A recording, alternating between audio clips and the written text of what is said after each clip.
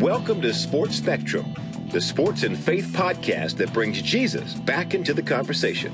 Here's your host, Jason Romano. This episode of the Sports Spectrum podcast, part one of our conversation with former Major League Baseball coach Rich Donnelly, is brought to you by Compassion International. $38 a month. Sponsor a child with Compassion International. Go to compassion.com/sportspectrum and you can make a difference in a child's life by releasing them from poverty. We're all looking for a place to make a difference. We're always looking for places where we can make an impact. Compassion International presents that opportunity for you, directly impacting a child's life across the world.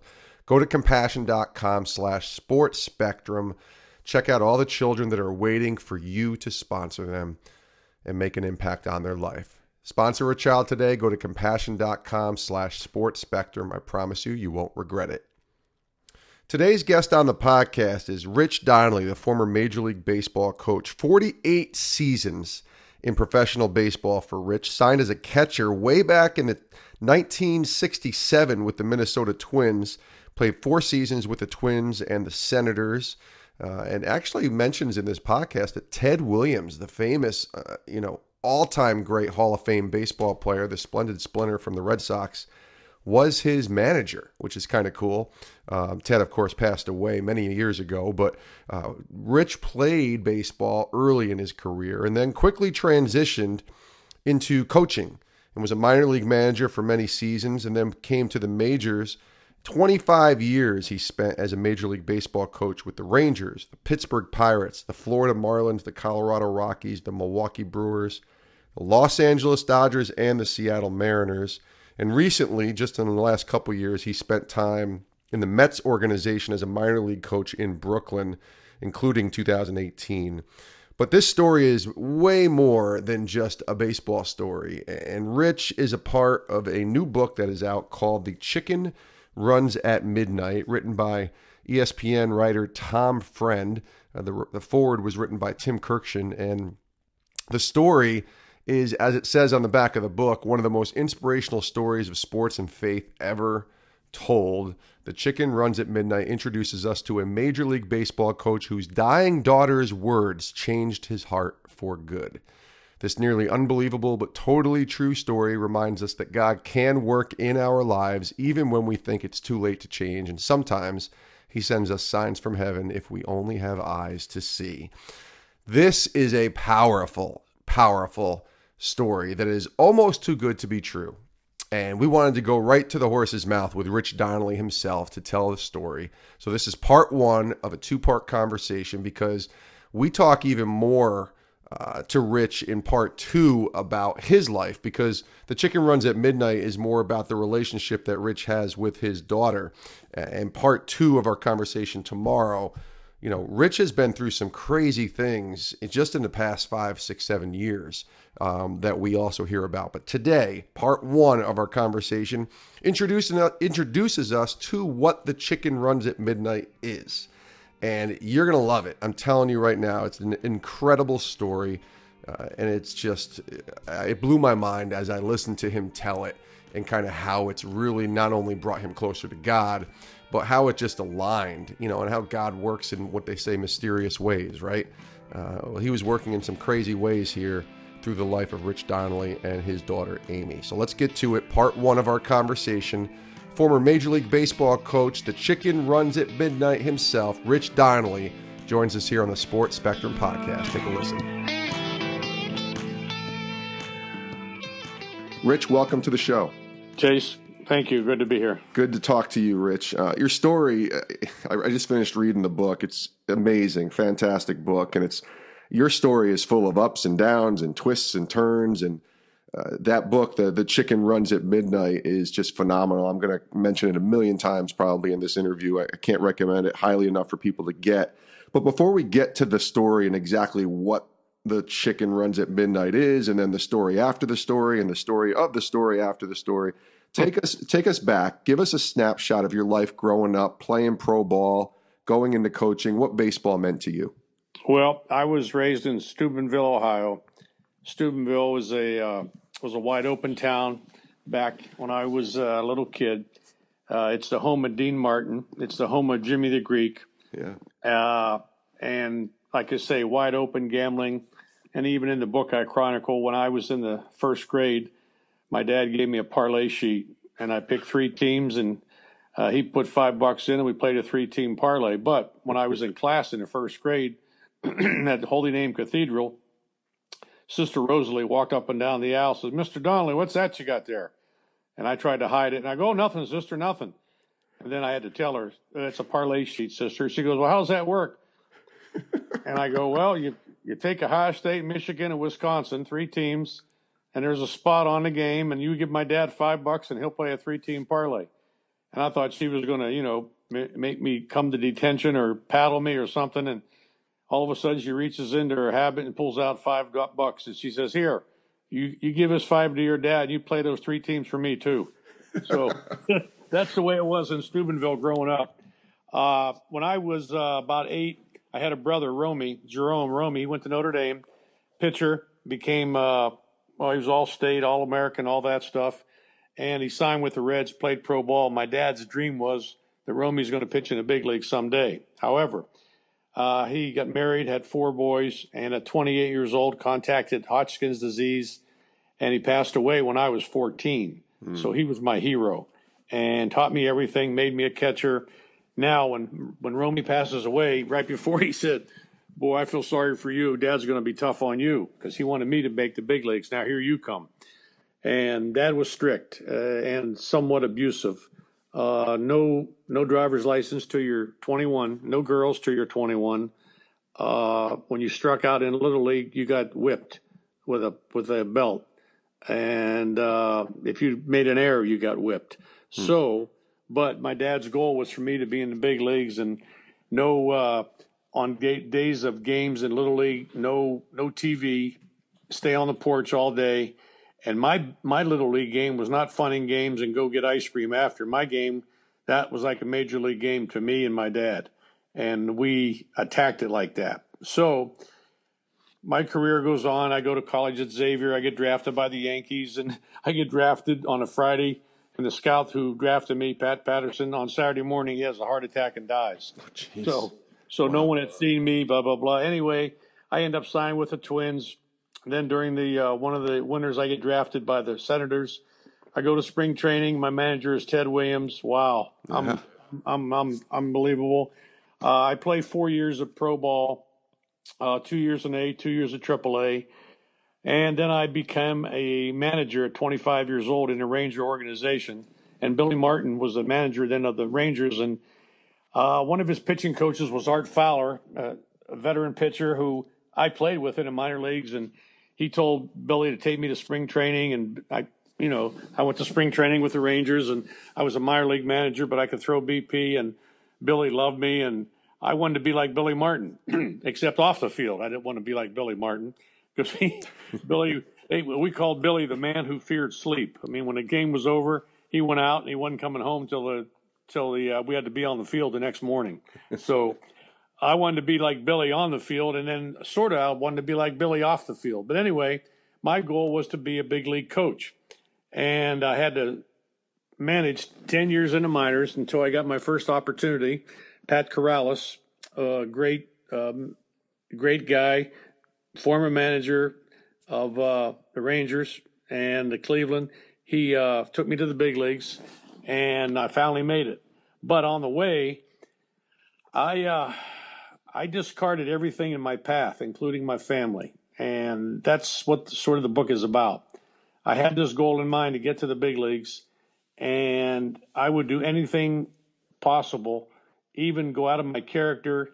If guys wanted to go out and drink and run around all night, well, that's what I did, because I knew if I didn't, they might fire me or look down on me or whatever. So I lost my principles. I lost my faith. I lost everything. And in the meantime, I lost my family. I had 4 beautiful kids, of course, my daughter, Amy, and I didn't know that all this journey that I was her hero. I was going so fast to try to get to the big leagues, I didn't even see her. She was on the sidelines, and I put my family on the back burner, and ended up losing my family, got divorced, and then that's where the Chicken Runs at Midnight story starts. Yeah, it's amazing that all of that isn't even the beginning of the story, right? Right. Yeah, There's so much of your life there. Absolutely. We're talking to Rich Donnelly here on the Sports Spectrum podcast. Rich, tell me about faith growing up, maybe not now, and maybe not even during the time of when the Chicken Runs at Midnight takes place, but this is a faith and sports podcast. So where is faith growing up? Did you go to church? I mean, obviously you teaching the sister how to gamble, but tell me about like faith and what that was like in your life, just growing up and even into your baseball career. Jason, I was brought up a Catholic, but I was more than that. I was an A+ Catholic. A+. I went to church every day, altar boy, bishop server. I learned all the stuff in Latin. I loved the church, loved being in church. Went to, said 3 decades of the rosary every day, said my night prayers, said my morning prayers, made visits to the church after I went to church. And I was giving a speech the other day at the University of Wisconsin, and there was a priest in the audience, and I told him, I said, listen, here's how strong a Catholic I was. If I went to a church and I went in at the homily, which was about halfway through the Mass, I would stay to the next Mass till the homily to make sure I had one complete Mass. That's discipline. And because I felt if I didn't, it was a mortal sin. So I was brought up very strict Catholic, and I loved it. But there was a conflict in me, always with baseball and faith, that can you do both? And I thought when I was younger that you couldn't. That if you wanted to be a big league coach, player, manager, whatever, you couldn't be a church goer. You had to be a tough guy. You couldn't be going to church because the players or somebody would make fun of you. And so, and I tell this story unashamedly or ashamedly. I used to crawl to church in Pompano Beach in a parking lot. I'd crawl on my hands and knees. I'm 29 years old. Crawling on my hands and knees in a parking lot so no one would see me so I could get to the church. Because if they saw me, they would make fun of me. Wow. And I wanted to be a tough guy. I thought every guy in the big leagues, they chew tobacco, they run around, they drink, they run around with women, and that's the way big leaguers were. And I wanted to be part of that crowd. And at the time, I thought that was the only way to do it. So I got way off track. I say all the time, Jace, that that life is like running the bases in baseball. You run to first, it's easy. Then you go to second. And when I went to second, I got way out of the baseline. And I needed something to grab me and get me back into baseline. And that's where my daughter illness came in, and her and my wife, Roberta, my second wife, they got me back into baseline. And they served actually, Jace, as my third base coaches. That's what I do for a living. I've waved in Barry Bonds, Larry Walker, everybody. That was my job. And where do you wave them? You wave them back to home, which is the ultimate in baseball, to get home, back home, score that run. And in life, they waved me back to where I was most happiest in my life, with my faith, with all my principles, back home. So it's ironic that they became my third base coaches. That's great. Yeah, it is ironic. And obviously your baseball career starts to really take shape in '86 when you come to the Pirates, and Jim Leyland's the coach there. And you mentioned Barry Bonds and Bobby Bonilla and those teams, Jose Lean. There's some great players on those late '80s, early '90s Pirates teams. And then that team starts to kind of make a run here and win some titles in the NL East in 1990, and things start to take place. And then baseball intersects with life. And you mentioned your daughter, Amy. So tell us about Amy, and you mentioned the illness, and that's where the Chicken Runs at Midnight story really kind of starts in February of '92. So take us to where you are in life as a Pirates coach, and then everything that starts to begin to transpire with your daughter, Amy. Yeah, I was with the Pirates, and we're in '92, and we're in the third year of a pretty good run. We were the best team in baseball. We knew it. It was fun. Job security was no problem. I was with the best manager and best man in the world, Jim Leyland. Rooming with him, and I'm on the floor after a spring training workout. I used to lay on the floor and watch TV, and I get a phone call about 2 in the afternoon, and it's Amy. That's a strange time to call. And she goes, "Hey, Dad, this is Ames." That's what I called her. I says, "Ames, what's up? What's going on?" She said, "Dad, I got something I got to tell you." And I thought, uh-oh, what's this going to be? And she says, "Dad, I have a brain tumor, and I'm sorry." And I didn't know what to do. I was already sitting down, or else I'd have fell down. She apologized to you. She apologized. That's the part that I always remember. That's the part that got me that day. Wow. She was more concerned that I would be upset for her getting a brain tumor, which she had nothing to do with. Yeah. And 5 days later, I talked to her mom. They're having surgery. Of course, I flew to Arlington. They had the surgery. My ex-wife, Peggy, her mom, we go into the room, and the doctor comes out. And he said, "I want to talk to both of you." And I said, "Oh, boy, this is not going to be good." And before he talked, I just said, "Doc, stop with all the stuff. Tell me straight up." He says, "Rich, straight up, the prognosis is it's a terrible tumor. It's malignant, and she has 9 months to live." And I got up and started to run out, and I don't know where I was running to. I just wanted to run out and scream in the parking lot. Yeah. And my wife grabbed me. She said, "Come back in here." And he told me, and I tell you what, you feel so insignificant as a human being, and you start thinking of all the things that you did in your life. And I blame myself for everything. And I said, "This is what I get. This is what I get for acting like a nut for those years." And anyway, we go through the summer. Amy gets the chemo. She's doing good. I'm in Pittsburgh. She's in Dallas Children's Hospital getting her chemo. And periodically, we go see her and talk. And then right during the summer, she's talking to Uncle Jim Leland on the phone. She goes, "Uncle Jim, I want to come up to the playoffs." He says, "You're coming." So we make arrangements for her to come up. She only could come for one day. She came to the 5th game of the playoffs between Atlanta, and her and her friend Cindy come. And after the game is over, we're driving back to the hotel, and she's in the back seat. She puts her arms around my neck. I'll never forget it. And she just gets up in my face. She goes, "Dad." She goes, "Hey, Dad, when you get down that stance, what are you telling those guys? The chicken runs at midnight or what?" And I go, "What the heck? What is that? The chicken runs?" And we started laughing.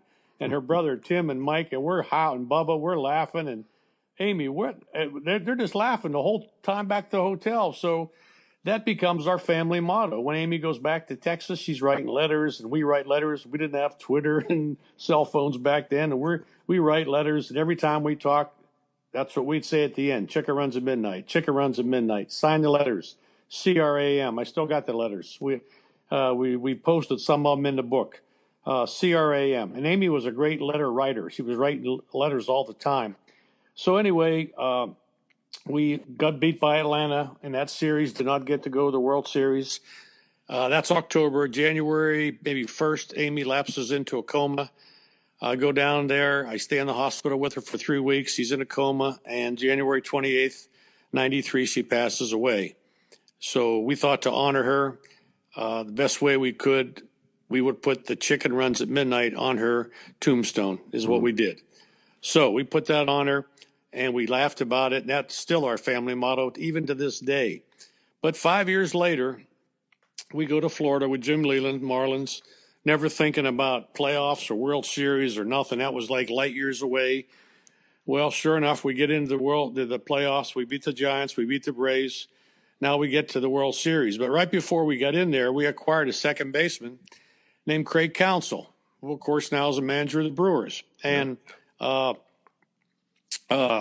Jim got him, and he didn't look like too much. He couldn't run, he couldn't hit, and he had no range. But when he hit, he held his bat real high, and he flapped his arms. So my sons, Tim and Mike, called him the Chicken Man all summer, and we never thought anything of it. Tim would come in and say, "Hey, Dad, the chicken wants to take some ground balls. Hey, Mike, the chicken wants to hit some." And well, okay, he's a chicken. I never call him a chicken. I call him Counts all the time. But they call him privately the Chicken. He's the Chicken. So as we go on, we get into the playoffs, World Series, and sure enough, 11th inning against the Indians, 70,000 people at Pro Player Stadium back then they called it. And I'm standing right next to Craig on third base, and Edgar Renteria gets the base hit off Charles Nagy. We are the world champions. That is the pinnacle of your career in baseball. Sure. I jump about 10 feet in the air. Everybody's madness. And I'm trying to find Tim or Mike, Bat Boys. And I finally, there's pileups all over the infield, and I about got smothered. Thank God Alex Fernandez pulled me out of a pile or I'd be dead. I couldn't breathe. There was like 25 guys on top of me. Right. And I get up and I got grass stains all over me. I lost my hat. And I see Tim running at me, and we hug. In fact, I just saw the picture, Jason, the other day. I didn't even know there was a picture of us. Wow. We're hugging between first and second. And he's screaming and crying. I'm going, what's wrong with you? What are you screaming for? And he says, Dad, look at the clock. I said, what clock? He said, look at the stadium clock behind you. I looked at the stadium clock where I coached third behind. It was 12:02. He said, Dad, the chicken ran at midnight. And every ounce of emotion in my body went limp. Craig Counsell, the chicken, scored the winning run at midnight. And basically, in a nutshell, that's the story. That's amazing. I want to unpack a lot of that, if that's okay. I'm going to go backwards a little bit. Sure. I love that. I mean, the title of the book, again, is called The Chicken Runs at Midnight, of course. And there's a picture on the cover of sort of a made-up baseball field with the score 2-2 between the Marlins and the Indians, and it's the World Series, and it says 11:59, and so it's almost midnight. It's a great story. It's a great cover, and the book, again, The Chicken Runs at Midnight, a daughter's message from heaven that changed a father's heart and won a World Series. And Rich Donnelly is our guest here on the podcast. Okay, I want to go back a little bit, Rich. The story with Amy and going through what you had to go through as a dad. It's, they always say it's every parent's nightmare to go through what you went through with her. And she was how old? 18 when she found out? Yes. 18 years old, right? And passed at 19. Am I right on that? Yes, I believe you. Just 19. So you said earlier, and you kind of, as you were kind of going through your story quickly, mentioned that you lost your brother when you were 14. He was 28. This is, it's something that just came into my mind. Does that help you kind of deal with your daughter's death in the way that you saw your brother pass at such a young age? Just going through it, did that help you? Yes, a little bit. Yeah. I remember when that happened in 1961, and when Romy passed away, I remember laying in bed one night, and I was 14, and of course I was devastated. That was my hero. He taught me everything. Yeah. And I remember, like I say, I was strong in my faith, and I said, just Lord, give me the strength to get through this. And I said to myself, you know what? If I can handle this, I can handle anything. And in a funny way, yes, it did help me when Amy passed away, because I had been through a very, very, very tough death in our family, and at such a young age. And I always tell people I've had two heroes in my life, with my brother and my daughter. And then, of course, later on, and we'll tell the story of my other kids. Yeah, there's more. There's just so much more. It's amazing. I don't know how you're able to even stay as positive as you are, Rich, in going through all this. And I think that has to, to be a part of your faith, I would imagine. But let me ask you this about your faith. So many of us who believe in God and who believe in Jesus, I think there's an outside looking in view that, it's going to help you get through and you stay positive and everything's fine. But I think a lot of times we need to allow ourselves to be angry with God or to question him and just wonder, without ever questioning who he is, but questioning why he's doing what he's doing. Did you allow yourself to do that at all during the process and all you were going through with Amy? Yes, I did. I felt that in a strange way I caused it. I said, this is what I get for acting the way I acted. And I felt guilty. I never blamed God, but I felt guilty that you dummy, somebody was trying to get a hold of you. They were trying to tell you to change your life. Now maybe this will shake you enough. And it did shake me. It shook me beyond belief, to where Amy wanted me to be a good person. She like I say, I was her hero. I was her hero. I didn't know it. She was more like me than any of my kids. She had a temper like me. She had a sense of humor like me. She didn't take no crap from nobody like me. And I didn't see it until later. In fact, as we were driving back from the hospital when she passed away, Jason, her grandmother and I were driving back to home, and her grandmother, I mean, I'm in a daze. Yeah. And she reaches over and grabs my arm and looks me right in the eye. And she says, "Rich, do you have any idea how much Amy loved you and you were her hero?" And I had to give the worst answer I have ever given to anything in my life. I went, "No, I didn't." And that's the part of the book that I try to get across to people, is that I didn't even know I was a hero and how much my daughter loved me. I just didn't know it because I was on that fast track to satisfy my ego of getting to the big leagues. And sometimes you have a dream and everybody wants a goal in their life to be something.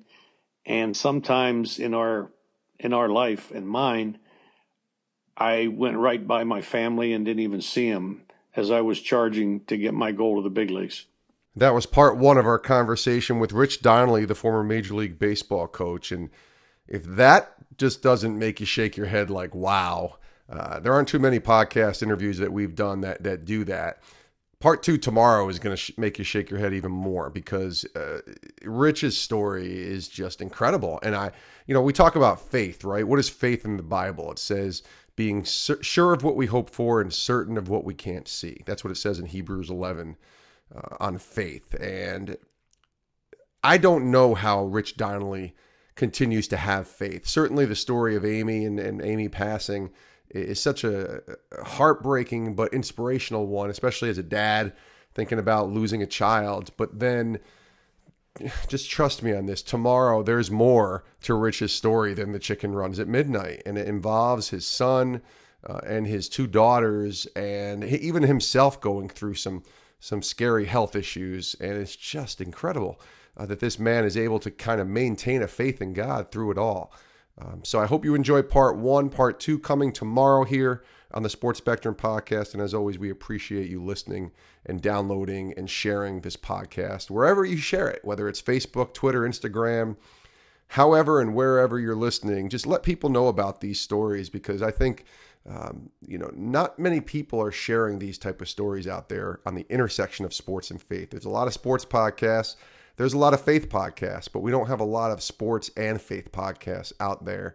And so we're grateful to be able to bring that to you. So please share it and let others know about what you're hearing here at Sports Spectrum. Of course, you can find us at sportspectrum.com. And I just want to encourage you, our magazine that is out and available for subscription. It's a magazine where you get 4 quarterly issues plus a bonus issue.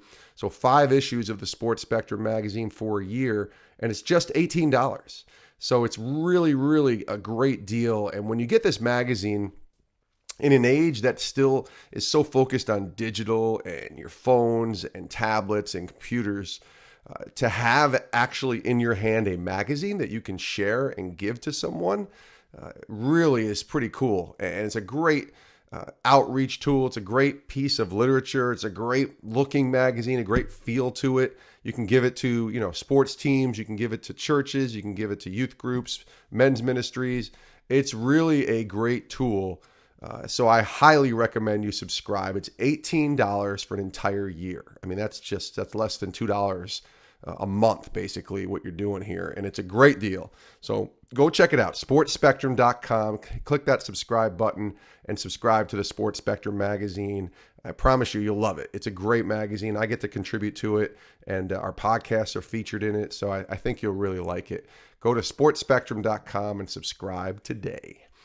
We also want to thank our sponsors here at Sports Spectrum, and that is Compassion International. They do such a great job releasing children from poverty, and we can't continue to thank them enough for being a part of this podcast, and really thank them for the difference that they're making around the world. 1.8 million children being impacted by the great work being done at Compassion International.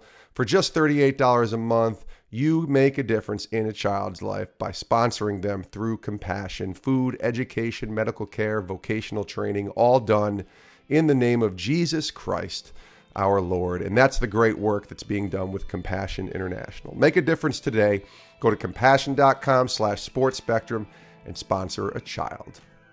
Thanks for listening to this episode of the podcast, part 1 with Rich Donnelly. Stay tuned for part 2 tomorrow in our conversation with Rich Donnelly. The chicken runs at midnight tomorrow on Sports Spectrum. Have a great rest of your day. We'll see you next time.